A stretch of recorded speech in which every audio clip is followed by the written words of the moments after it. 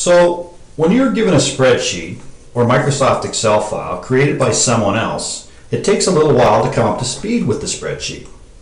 By coming up to speed, I generally mean determining three absolutely critical things. The first absolutely critical thing, what are the input cells and where are these cells?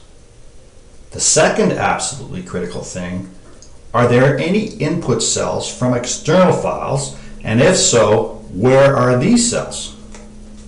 The third and final absolutely critical thing, are there any plugs in the model, and if so, where are these cells?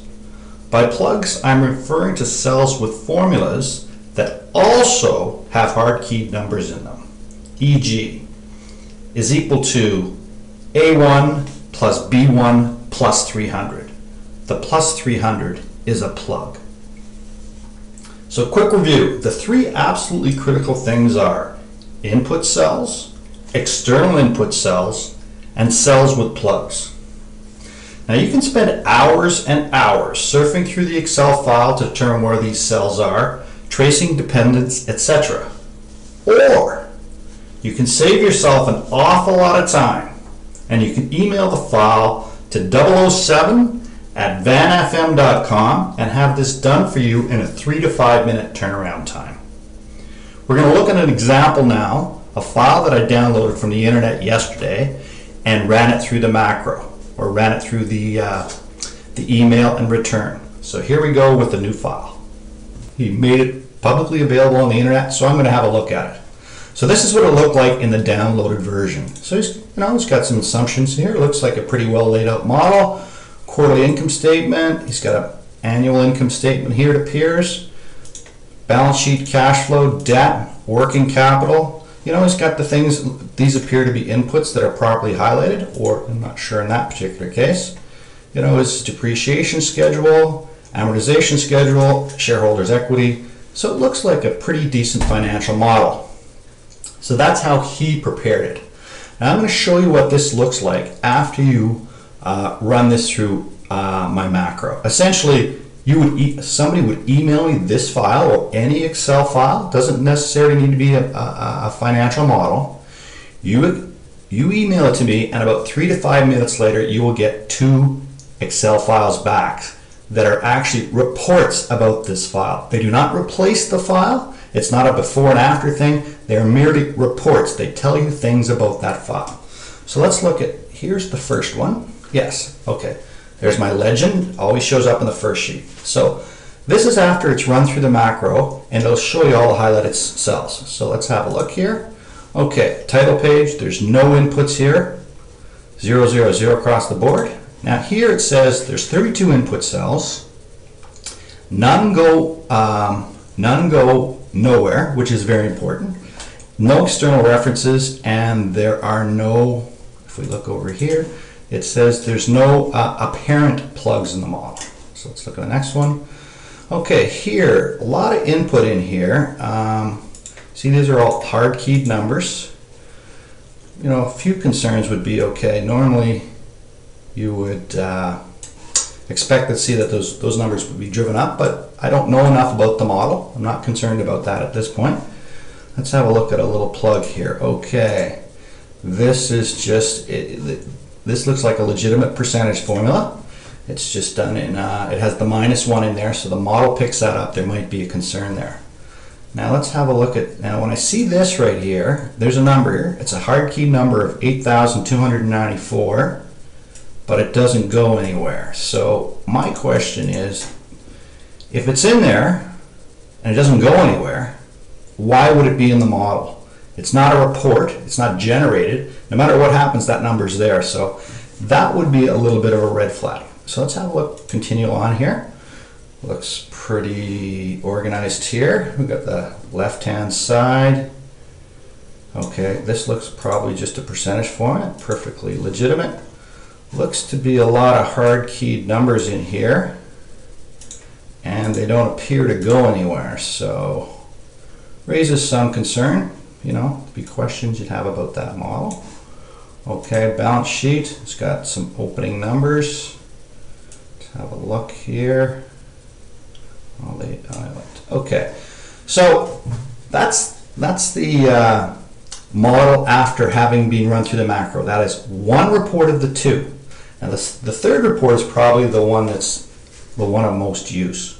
Okay, so what this is a side-by-side comparison. So here is his title page.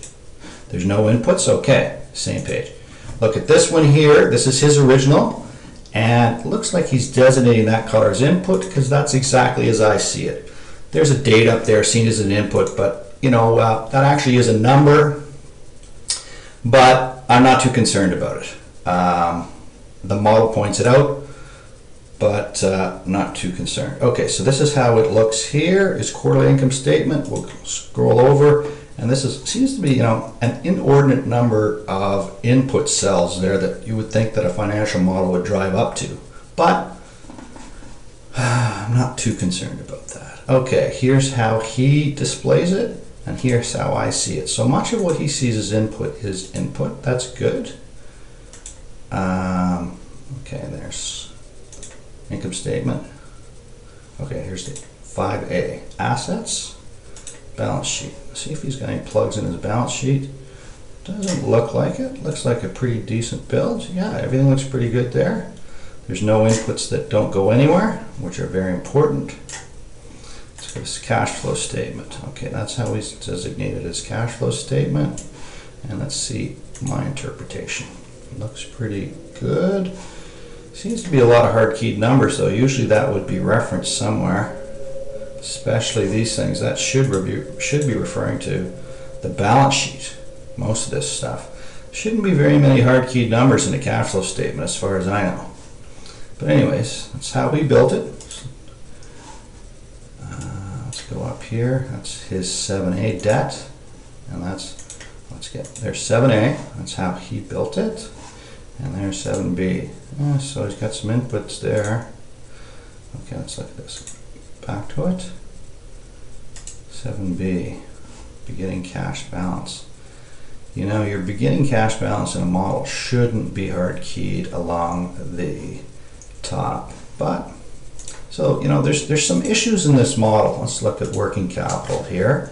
8A as he did it and as the model sees it. Okay. That looks to be pretty good, actually. Okay, so we're seeing some hard-keyed numbers here. So he's got some, okay, how that works. Let's have a look at these. 365, that's just divided by, that's the day formula, so it's okay. The model's going to pick out these numbers that come out of nowhere.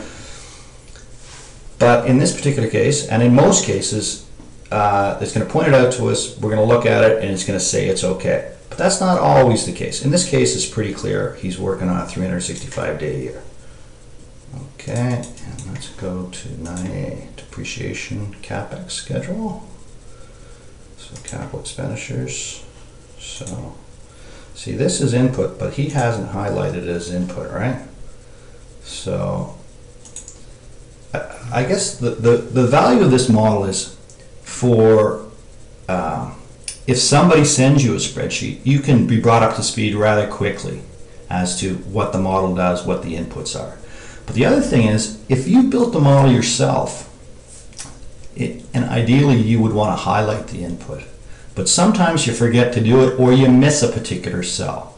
So if this guy was to use this, you know, I think he intended this to be input, but he didn't highlight it. So it would help, it would aid him as he did another version of the model. So let's have a look at 10A and 10B.